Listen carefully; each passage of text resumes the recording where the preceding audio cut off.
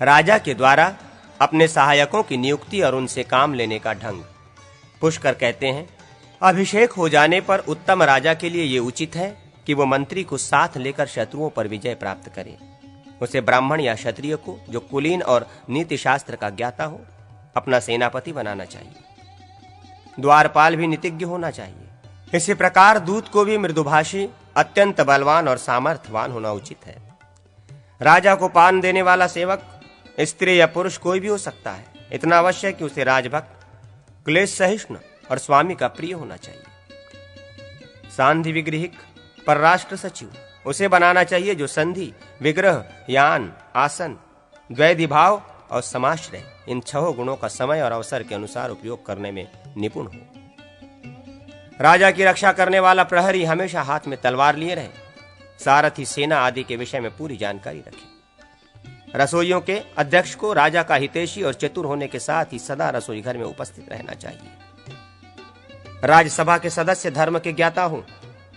लिखने का काम करने वाला पुरुष कई प्रकार के अक्षरों का ज्ञाता तथा हितैषी हो। द्वार रक्षा में नियुक्त पुरुष ऐसे होने चाहिए जो स्वामी के हित में संलग्न हो और इस बात की अच्छी तरह जानकारी रखें कि महाराज कब कब उन्हें अपने पास बुलाते हैं। धनाध्यक्ष ऐसे मनुष्य हों जो रत्न आदि की परख कर सके और धन बढ़ाने के साधनों में तत्पर रहें। राजवैद्य को आयुर्वेद का पूर्ण ज्ञान होना चाहिए। इसी प्रकार गजाध्यक्ष को भी गज विद्या से परिचित होना आवश्यक है। हाथी सवार परिश्रम से थकने वाला ना हो। घोड़ों का अध्यक्ष अश्व विद्या का विद्वान होना चाहिए। दुर्ग के अध्यक्ष को भी हितैषी एवं बुद्धिमान होना आवश्यक है। शिल्पी अथवा कारीगर वास्तु विद्या का ज्ञाता हो, जो मशीन से हथियार चलाने, हाथ से शस्त्रों का प्रयोग करने, शस्त्र को न छोड़ने, छोड़े हुए शस्त्र को रोकने या निवारण करने में तथा युद्ध की कला में कुशल और राजा का हित चाहने वाला हो। उसे अस्त्राचार्य के पद पर नियुक्त करना चाहिए। रनिवास का अध्यक्ष वृद्ध पुरुष को बनाना चाहिए। 50 वर्ष की स्त्रियां और 70 वर्ष के बूढ़े पुरुष अंतःपुर के सभी कार्यों में लगाए जा सकते हैं। शस्त्रागार में ऐसे पुरुष को रखना चाहिए जो सदा सजग रहकर पहरा देता रहे।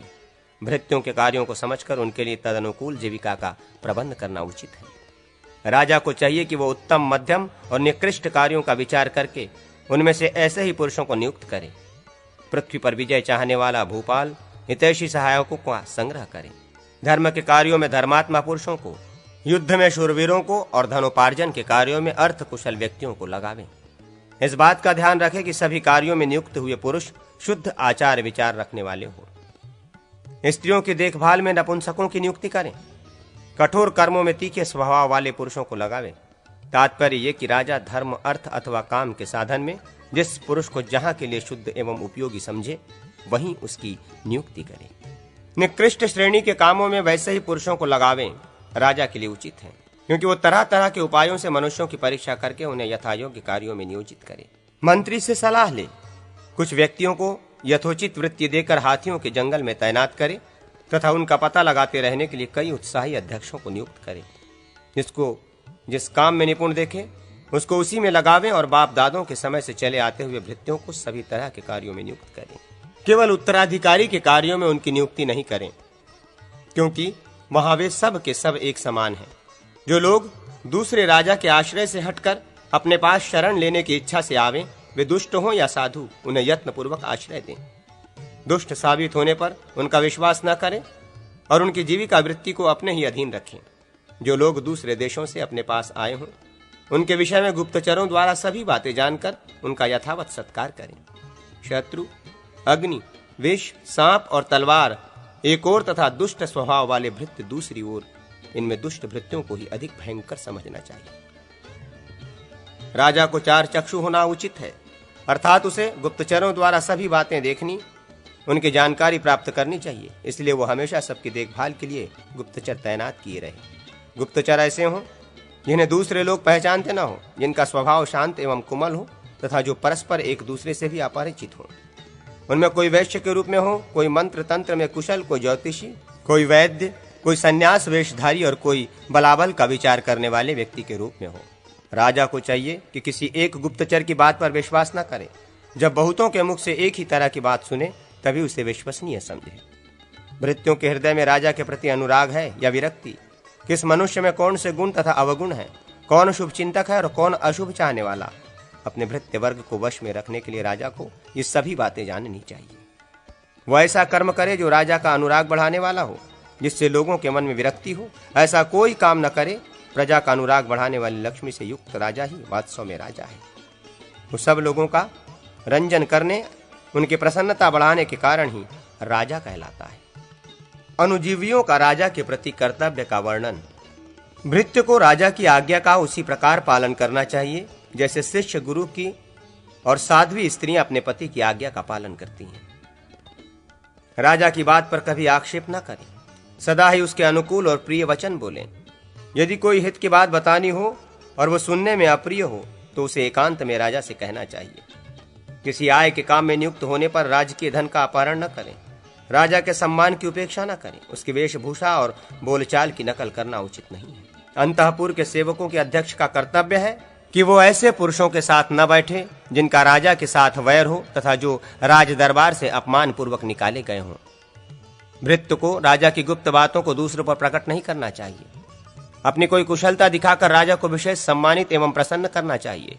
यदि राजा कोई गुप्त बात सुनावे तो उसे लोगों में प्रकाशित न करे। यदि वे दूसरे को किसी काम के लिए आज्ञा दे रहे हों तो स्वयं ही उठकर कहे, महाराज मुझे आदेश दिया जाए, कौन सा काम करना है मैं उसे करूंगा। राजा के दिए हुए वस्त्र, आभूषण तथा रत्न आदि को सदा धारण किए रहे। बिना आज्ञा के दरवाजे पर अथवा और किसी अयोग्य स्थान पर जहां राजा की दृष्टि पड़ती हो न बैठे। भाई लेना, थूकना, खांसना, क्रोध करना, खाट पर बैठना, भौहें टेढ़ी करना, अधोवायु छोड़ना तथा डकार लेना आदि कार्य राजा के निकट रहने पर न करें।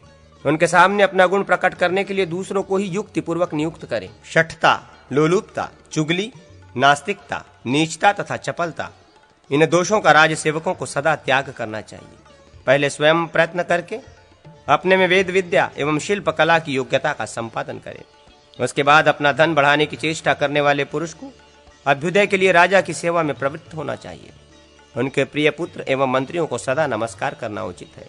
केवल मंत्रियों के साथ रहने से राजा का अपने ऊपर विश्वास नहीं होता, अतः उनके हार्दिक अभिप्राय के अनुकूल सदा प्रिय कार्य करें।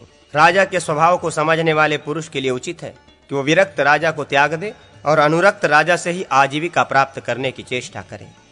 बिना पूछे राजा के सामने कोई बात न कहे, किंतु आपत्ति के समय ऐसा करने में कोई हर्ज नहीं है। राजा प्रसन्न हो तो वो सेवक के विनय युक्त वचन को मानता है, उसकी प्रार्थना को स्वीकार करता है। प्रेमी सेवक को किसी रहस्य स्थान, अंतःपुर आदि में देख ले तो भी उस पर शंका संदेह नहीं करता है। वो दरबार में आए तो राजा उसकी कुशल पूछता है, उसे बैठने के लिए आसन देता है। उसकी चर्चा सुनकर वो प्रसन्न होता है। वो कोई अप्रिय बात भी कह दे तो वो बुरा नहीं मानता, उल्टे प्रसन्न होता है। उसकी दी हुई छोटी मोटी वस्तु भी राजा बड़े आदर से ले लेता है और बातचीत में उसे याद रखता है। उक्त लक्षणों से राजा अनुरक्त है या विरक्त, ये जानकर अनुरक्त राजा की सेवा करे। इसके विपरीत जो विरक्त है उसका साथ छोड़ दे। राजा के दुर्ग, कर्तव्य तथा साध्वी स्त्री के धर्म का वर्णन। पुष्कर कहते हैं, अब मैं दुर्ग बनाने के विषय में कहूंगा। राजा को दुर्ग देश, दुर्गम प्रदेश अथवा सुदृढ़ एवं विशाल किले में निवास करना चाहिए। साथ ही रहने वाले मनुष्यों में वैश्यों और शूद्रों की संख्या अधिक होनी चाहिए। दुर्ग ऐसे स्थान में रहे जहां शत्रुओं का जोर न चल सके। दुर्ग में थोड़े से ब्राह्मणों का भी रहना आवश्यक है।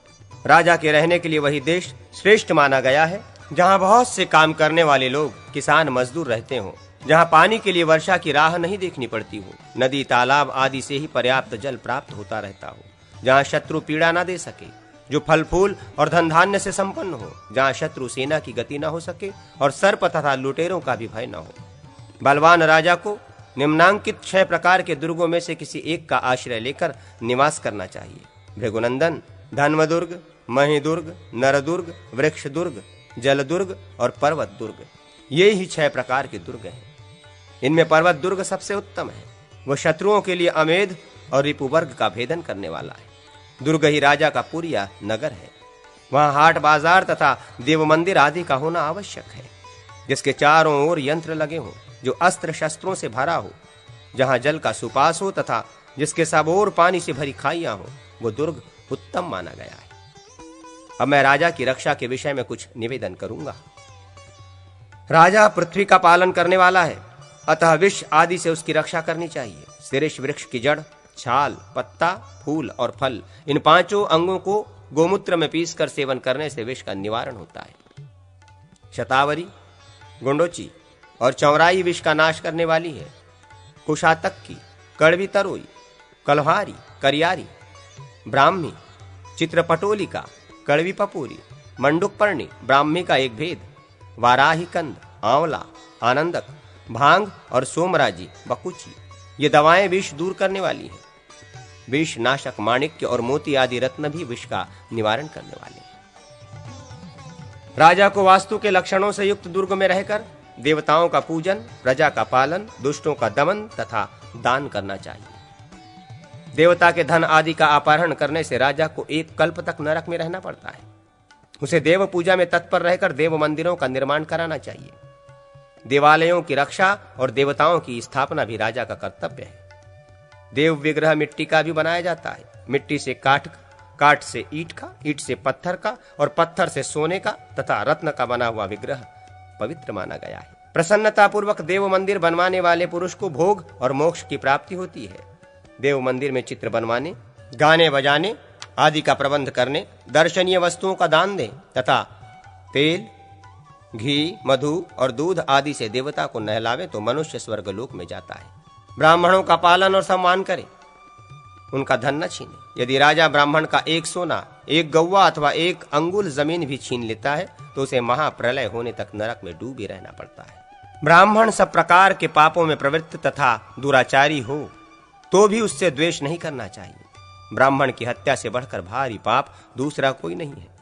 महाभाग ब्राह्मण चाहे तो जो देवता नहीं है उन्हें भी देवता बना दें और देवता को भी देवपद से नीचे उतार दें, अतः सदा ही उनको नमस्कार करना चाहिए। यदि राजा के अत्याचार से ब्राह्मणी को रुलाया जाए तो वो उसके कुल, राज्य तथा प्रजा सबका नाश कर डालती है।